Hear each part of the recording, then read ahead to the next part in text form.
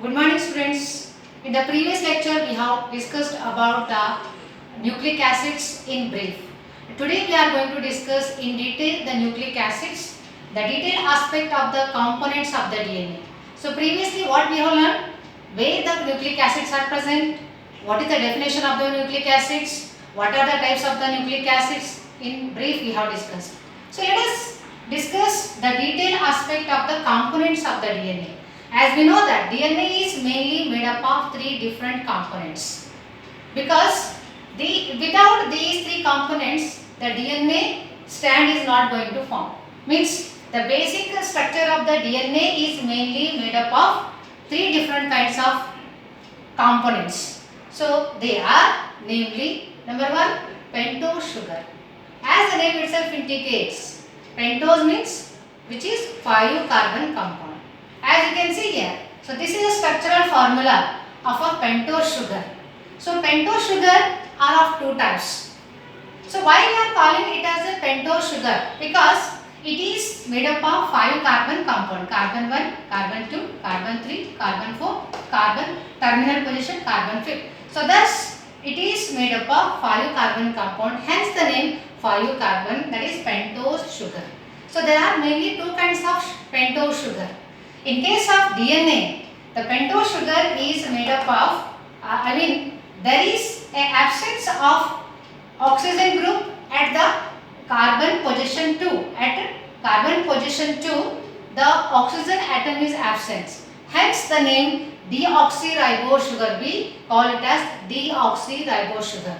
So if question comes, what is the type of the sugar present in the DNA? Then we have to say that the DNA is mainly made up of deoxyribose sugar, and it is more stable. This property of the ribose sugar, deoxyribose sugar, that gives the stability of the stable structure of the DNA. Okay, so there is one more sugar, pentose sugar, which is present in the RNA. So RNA, we know that RNA is also genetic material in only few organisms like plant viruses. And here at carbon position 2, instead of one hydrogen, along with hydrogen, oxygen is also there, hydroxyl group is there. So this OH group in the that is carbon position 2, this gives the a highly reactive nature of the DNA. The RNA. So RNA, if you compare, RNA is more stable or DNA is more stable, which genetic material is more stable? So that can be differentiated by this property only. What is that? The RNA is having hydroxyl group at the carbon position 2. Hence, this gives a highly reactive nature of the RNA. It is very reactive. But whereas the DNA, it is less reactive, more stable. Hence, why? Because there is the absence of oxygen group at the carbon position 2. Okay, this is the major difference between the deoxyribose sugar and ribose sugar. So this is ribose sugar, pentose sugar present in the RNA, whereas deoxyribose sugar present in the DNA, where there is an absence of oxygen atom at carbon position 2 prime. Okay, so this is about the presence of pentose sugar in case of DNA as well as RNA. This is one of the components. Now coming to nitrogen base. So this is the second component of the DNA. So this component, nitrogen base, as the name itself indicates, so presence of nitrogen containing compound.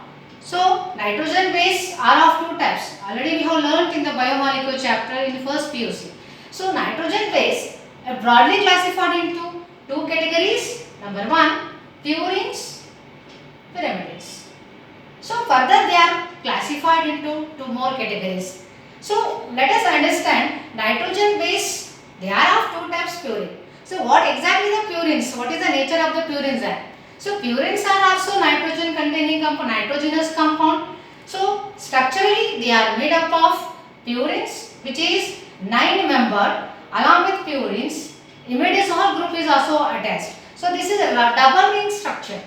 So purines are double ring structure, 9-membered, whereas the pyrimidine, they are single ring structure like a benzene ring and 6-membered compound. So thus purines pyrimidines. So these are the two major components, nitrogen containing compound present in the DNA. Now further the purines are classified into two categories. They are further categorized into two types, namely adenine, guanine. Adenine, guanine. So these two togetherly comes under purines. Now pyrimidines are of two types. They are cytosine, thymine.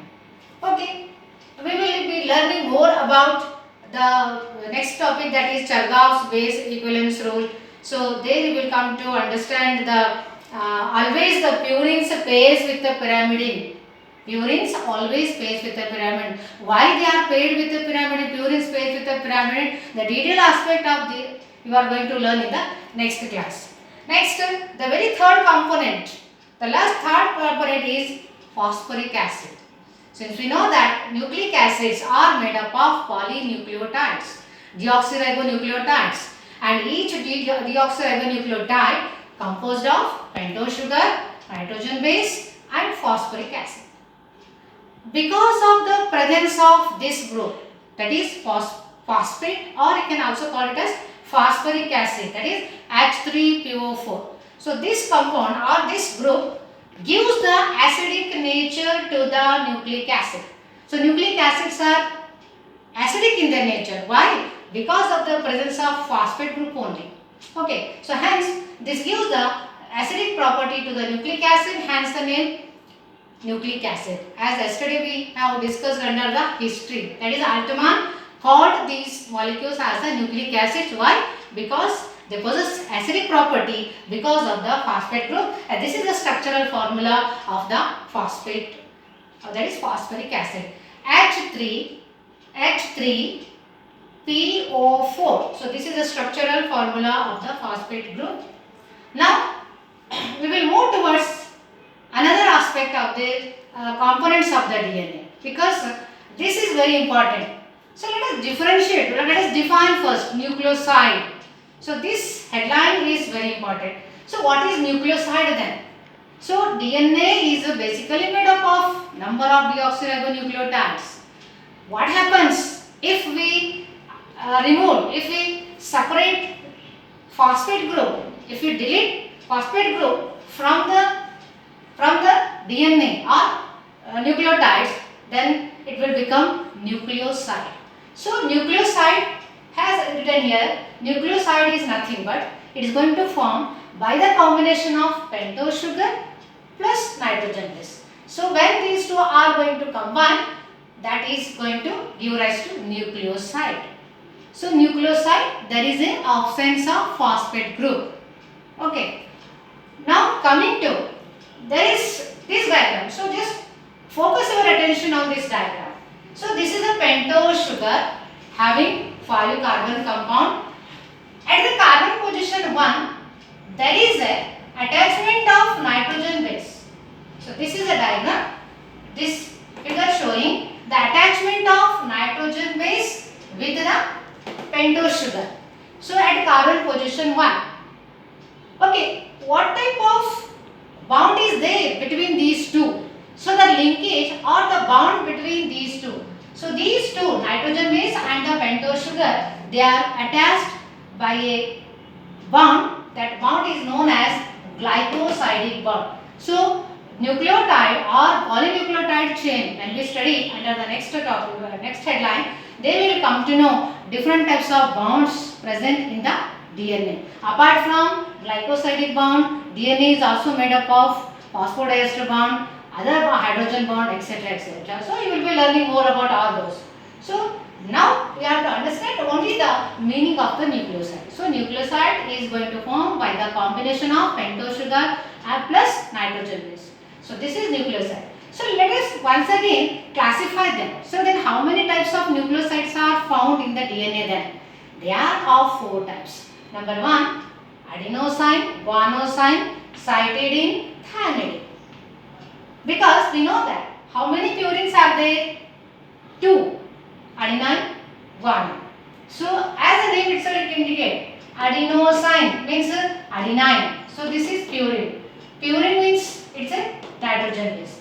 Nitrogen base is adenine attached with the pentose sugar, that is going to form nucleoside, adenosine. We can also call it as deoxyadenosine. Why we are calling it as a deoxy? Because there is a presence of deoxyribose sugar attached with the nitrogen base. So if deoxyribose sugar is attached with the nitrogen base, then we call it as deoxyriboadenosine. Similarly, guanosine. So guanosine is also purine. So purine, second purine, that is guanosine, that is sugar. Sine is sugar. Then attached with the nitrogen base, what type it is? Guanine. So it will become deoxyguanosine. Similarly, cytidine, thymidine. So all these are the different types of 4 different types of nucleosides found in the DNA. So last, what is nucleotide? So nucleotide is, nucleotide, as we know that each polynucleotide DNA strand is made up of basically nucleotide. So this nucleotide, how it is going to form them? So nucleotide is formed by the combination of nucleoside plus phosphate. As beginning only I told you, if there is a presence of phosphate group in the nucleic acid, it will become nucleotide. So nucleoside means combination of pentose sugar and nitrogen base that give rise to nucleoside. So when the nucleoside attached with the phosphate group, that give rise to nucleotide. Similarly, there are 4 different types of nucleotides present in the DNA. So the polynucleotide chain of the DNA made up of 4 different kinds of nucleotides. They are mainly deoxyadenalic acid, guanilic acid, cytidilic acid, thymidic acid. Why the name deoxy we have written? Because the type of the sugar in the DNA is what? That is deoxy. So the type of the sugar present in the DNA is deoxy. Adenalic means what? Adenalic means purine once again. Adenalic acid. Why they are called acid? Because the phosphate is there. So hence the name adenalic acid, guanilic acid, cytidilic acid, thymide. So and you have to add deoxyribose sugar. Thus these are the 4 different types of components, nucleotides present in the DNA. Okay, we will stop here. The polynucleotide chain structure will begin in the next class.